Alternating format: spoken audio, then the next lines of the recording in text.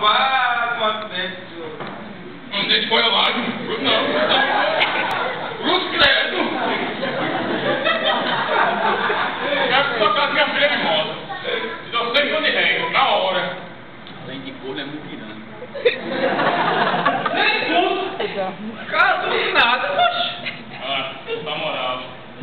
Você vai casar minha filha. Nem que seja mais minha peixeira.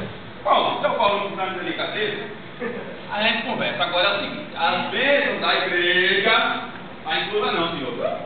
Quanto custe?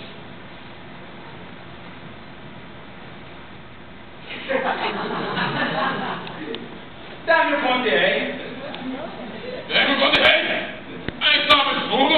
Absurdo não, senhor. Olha, tem roda do puxamento, fogueira santa, tocha da vitória, tapete de fogo, roda ungida, ainda tem corinho da harpa cristã. É o senhor Calvina, famosa. Eu paro. Nossa, você tá enrolando, né? Rolando, senhor? De jeito nenhum, rapaz. Sou representante celestial da cidade do Alto do Timbó. Pra lá. Vai pra aquela moça ali. Aqui. Ô, glória.